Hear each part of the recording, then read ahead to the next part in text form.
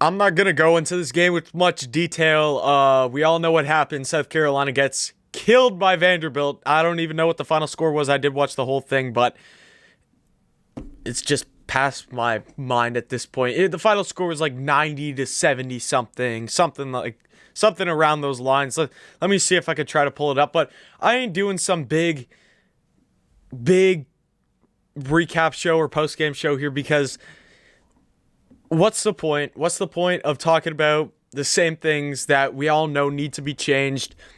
There's going to be the Frank Martin hot seat just went from lukewarm to it might be a barbecue, it might be a bonfire right now. I'm not saying that I want it to happen, but I'm starting to question myself and saying, you know what, this might be a possibility. Maybe it's time to start being realistic and get yourself into this.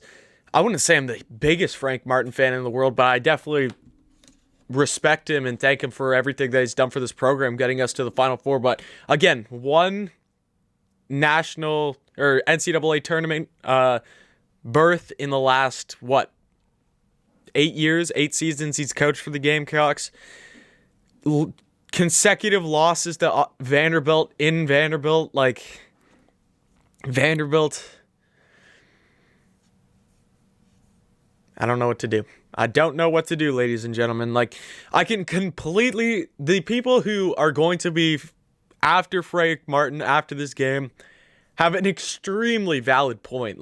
I can completely see where they're coming from. Again, it's not my call. It's not our call. But all I know is that no matter what, I'm going to be a Gamecocks fan for the rest of the night. I'm going to be a Gamecocks fan tomorrow. I'm going to be a Gamecocks fan this month, next year, next decade, next millennium, whatever you want to call it. I'm still going to be here next century.